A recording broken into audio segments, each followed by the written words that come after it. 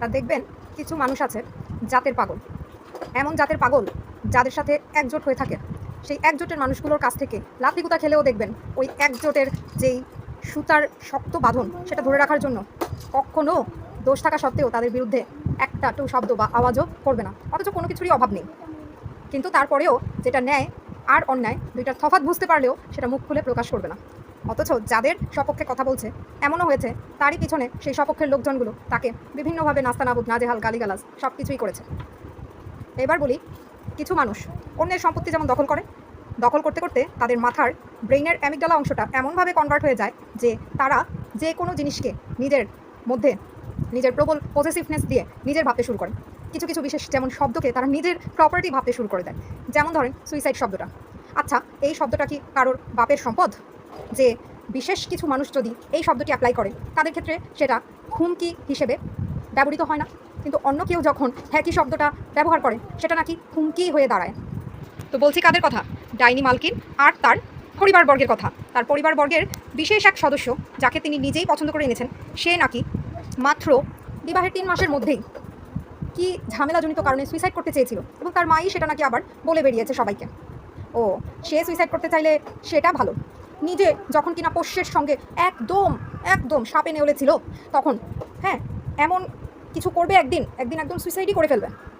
আর অন্য কেউ বললে সেটা হয়ে যায় হুমকি। এই ডাইনি, তোকে কে রে হুমকি দেয়? তোকে আমি আমার জীবনের কোনো অংশ ভাবি যে তোকে আমি হুমকি দিতে যাব?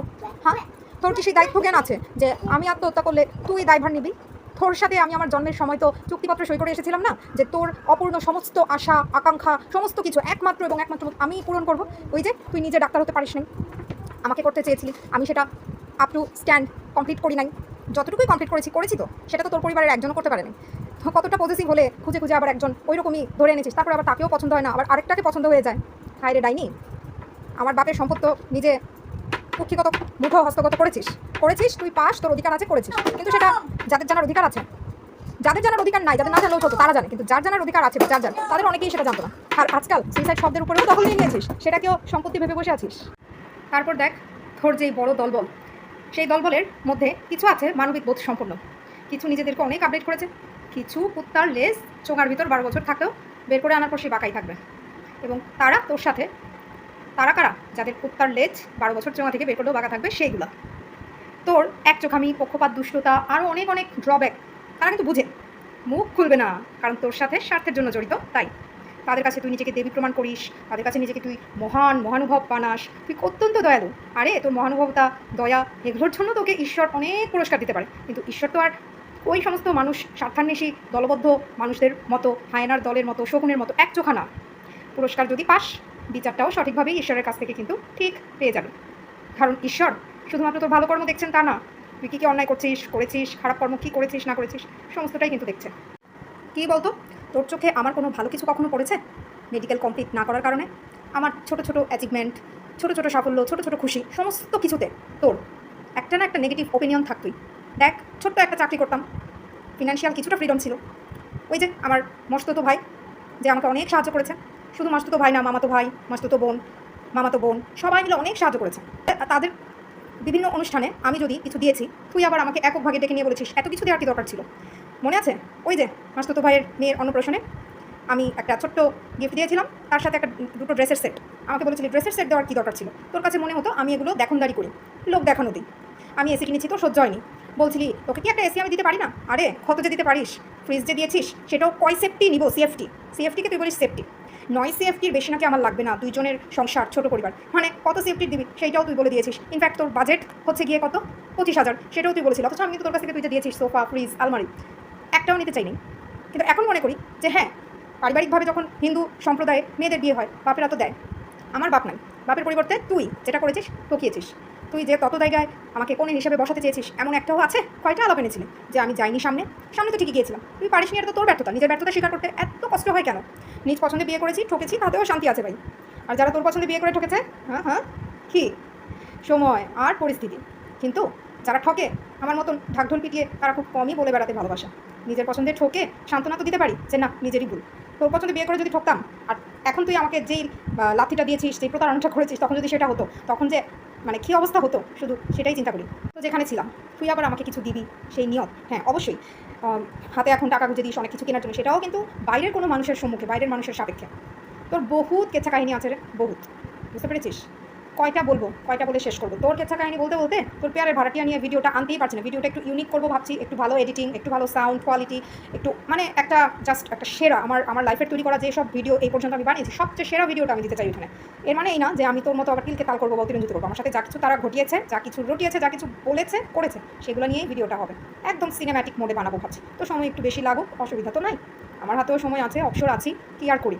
তো তোর কথা আর কি বলি, এসি নাকি তুই দিতে পারিস? তোর কাছে কি আমি চেয়েছি, কখনো এক্সপেকটেশন রেখেছি? ওই যে তোর ভেতরের গিল্ট ফিলিং এবং আমার কিছু অর্জনকে খুব হেয় করা বা ছোট করা, এটা তো তোর পূর্ব জন্ম থেকেই মনে হয় স্বভাব।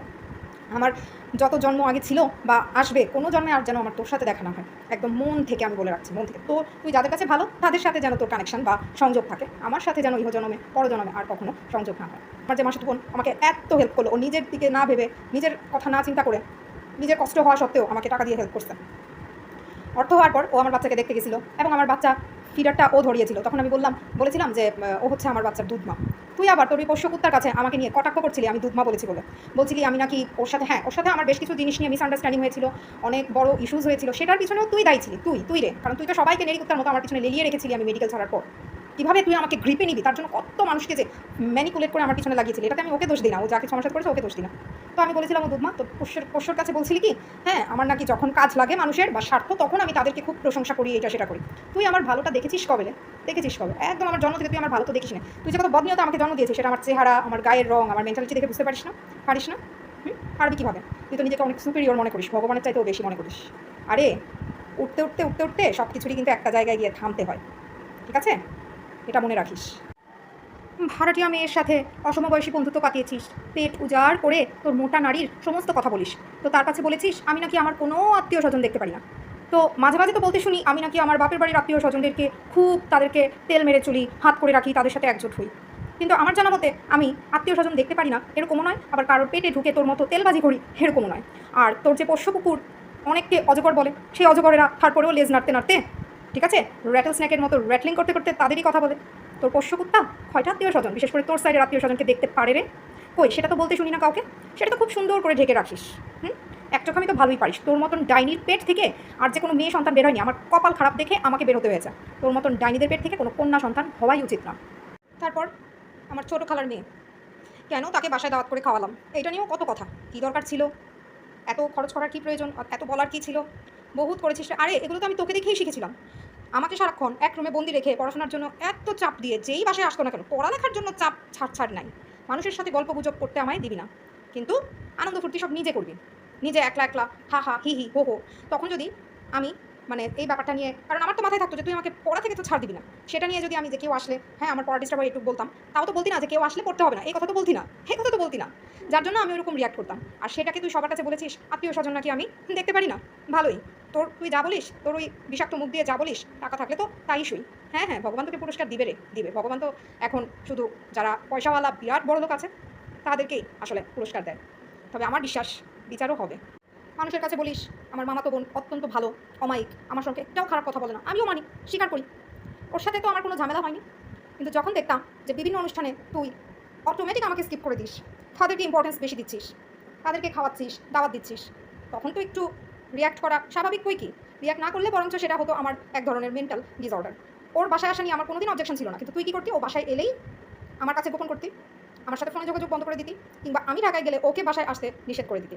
তোর পলিটিক্স, তোর যে কত ধরনের পলিটিক্স আছে মানুষের কাছে, আত্মীয় স্বজনের কাছে আমাকে খারাপ প্রমাণ করার জন্য, তুই কত নিচে নামতে পারিস সেটা একমাত্র আমি জানি। কিন্তু এই সমস্ত বিষয়গুলো তখন যদি আমি বলতাম তাহলে মানুষ আমাকে বুঝতো, কিন্তু এখন আসলে পরে বলাতে কেউ বুঝতে চেষ্টা করবে না। আমার মামাতো বোনের সাথে আমার কখনোই কোনো সমস্যা ছিল না। এখন এই কথা বললে তো আবার বলতে বসে যাবি যে হ্যাঁ এখন নতুন ভুরুং ভারুং ধরেছে। না রে, আমার যত আত্মীয় স্বজনের সাথে সম্পর্ক খারাপ হয়েছে, ধর একদম পুরো তোর দিকের যত আত্মীয় স্বজন বা দুনিয়ার সমস্ত আত্মীয় স্বজনের সাথে আমার সম্পর্ক খারাপ না, খারাপ হওয়ার পেছনে একমাত্র তুই দায়ী। এবং তার মেইন মধ্যে একটাই কারণ, কেন আমি মেডিকেল কমপ্লিট করি। আরে পড়ালেখা একটা আমি কমপ্লিট করেছি কি করি না, এটা নিয়ে তুই এত মানুষকে আমার এগেনস্টে নিস কীভাবে? তুই কত বড় চাতুরি ডাইনি। তো এমন ডাইনি মা কয়টা আছে রে, যে নিজের স্বার্থে আঘাত লাগলে নিজের সন্তানকে, বিশেষ করে মেয়ে সন্তানকে এমনভাবে নিতে নামায়। তোর আশেপাশে তোর যে আত্মীয় স্বজনদেরকে তোর এত মাখামাখি করিস, তুই তো আবার একা থাকতে পারিস না, সবসময় দল বেঁধে থাকতে হয়। তাদের ভেতরে যত মা আছে, কয়জন মা অন্যায় করার সত্ত্বেও, আমি মানছি মেডিকেল কমপ্লিট করি নাই, তোর টাকা নষ্ট করেছি, বিরাট বড় অন্যায় আমি করেছি, আমার চাইতে আরও বড় বড় অন্যায় করেছে, এরকম ঘটনা, এরকম আত্মীয় স্বজনদের মধ্যে অনেক কিছু আছে, বোথ সাইড, বাপ মার আত্মীয় স্বজনদের ভিতরে। কয়টা মাকে দেখেছিস যে তাদেরকে সারা জীবন এভাবে জ্বালিয়ে পুড়িয়ে পচিয়ে মেরেছে তোর মতো মেন্টাল ডাইনি?